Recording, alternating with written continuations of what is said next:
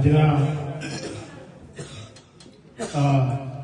દિનેશભાઈ દુધાભાઈ પરમારના શ્રદ્ધાંજલિ કાર્યક્રમમાં ઉપસ્થિત આપણા એને વિસ્તારના કલાકારો, અલગ ઘણી ભજન મંડળ,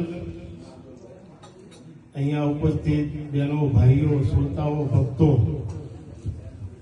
ખરેખર દિનેશભાઈનું જીવન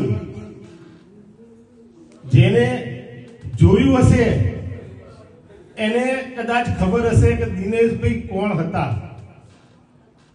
દરેકના જીવનમાં સંઘર્ષ આવતો જ હોય છે. દિનેશભાઈએ કોઈ કર્મ, માણસ છે ને એના કર્મથી પૂજાય છે. જેના કર્મ ભાવ હોય તો ભેટો થાય.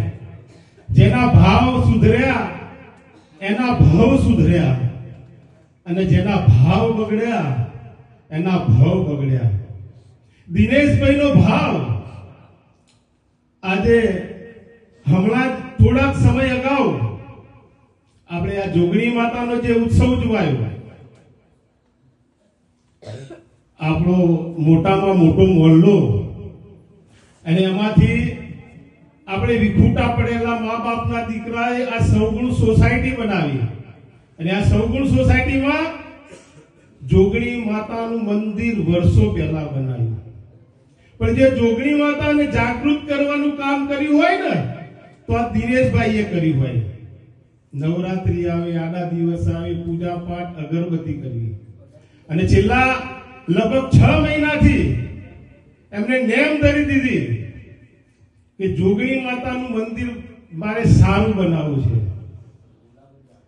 કોઈએ સહકાર આપ્યો હોય કે ન આપ્યો હોય, પણ સોસાયટીની જે યુવા ટીમ છે એ દિનેશભાઈના માર્ગદર્શન નીચે કદાચ દિનેશભાઈને અગમ ચેતવણી થઈ પણ ગઈ હોય કે હું જીવું છું ત્યાં સુધી આ માં જોગણીની મંદિર અને માં જોગણી આ ચાચર ચોકમાં રમતી હોય એવો નજર નિહાળતો જાવ. જોગણી માતાનો જે હમણાં ઉત્સવ થઈ ગયો, એમાં રવેણનો પ્રોગ્રામ, જાતરનો પ્રોગ્રામ રાખવામાં આવ્યો, અને એમાં જે સાહસ કર્યું, આખા મોહલ્લાની અને સોસાયટીની બહેનોને બોલાવી એમને જમાડી અને ભેટ આપી. ખરેખર આ કામને હું બિરદાવું છું. કેમ કે આપણા વડવાઓ વર્ષોથી કોઈ એવો કાર્યક્રમ નહોતો કર્યો કે આપણી દીકરીઓને કે આપણી કુવાસીઓને બોલાવીને જમાડે અને એને પોતાને કંઈક આપે. આ કામ આ દિનેશભાઈ દુધાભાઈ પરમારે કરીને એક કર્મનું ભાથું બાંધ્યું છે. અને છેલ્લે ખૂબ ઝડપ કરીને માતાજીનું ધાબુ પણ એમને ભરાઈ દીધું, અને ભવિષ્યમાં એમનો સારો એવો અહીંયા આ સોસાયટીમાં પ્રોગ્રામ થાય, જોગણી માતાના મંદિરનો ઉત્સવ ભવ્ય થાય, એ એમનું સપનું હતું. પ્રેમે એમના 3 દીકરા છે ને, એમનાથી પણ લાજવાબ ઉછેર્યા છે. એકથી ચડિયા છે. પોતાનું પિતાનું કાર્ય પૂરું કરવા માટે એમના છોકરા ઉત્સાહિત છે.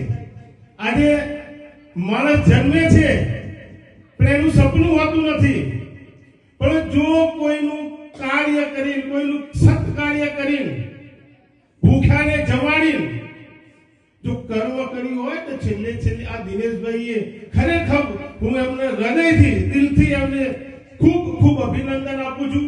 દિનેશભાઈ શરીરથી ગયા છે, આત્માથી નથી ગયા.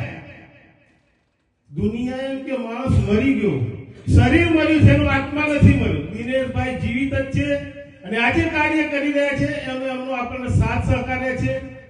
જે સંતોએ, જે ભગતોએ, કે સાધુએ જે કંઈ કર્મ કર્યું હોય અને કર્મની જ્ઞાતિની નારીમાં જે રાહ કરતો છે અને રાહને પકડી છે ને અમે આપણે આગળ વધતા ગયા છીએ. આજે સંતવાણીના કાર્યક્રમમાં દિનેશભાઈની સદગતની આત્માને આપણે શાંતિ મળે અને સદાય પરમાત્મા એના પરમ કૃપાળુ પરમાત્મા એમના આત્માને ચીર શાંતિ આપી આપણે બધા પ્રાર્થના કરીએ. અને આજના શ્રદ્ધાની પ્રસંગે અહીંયાથી બધા ઉપસ્થિત રહ્યા.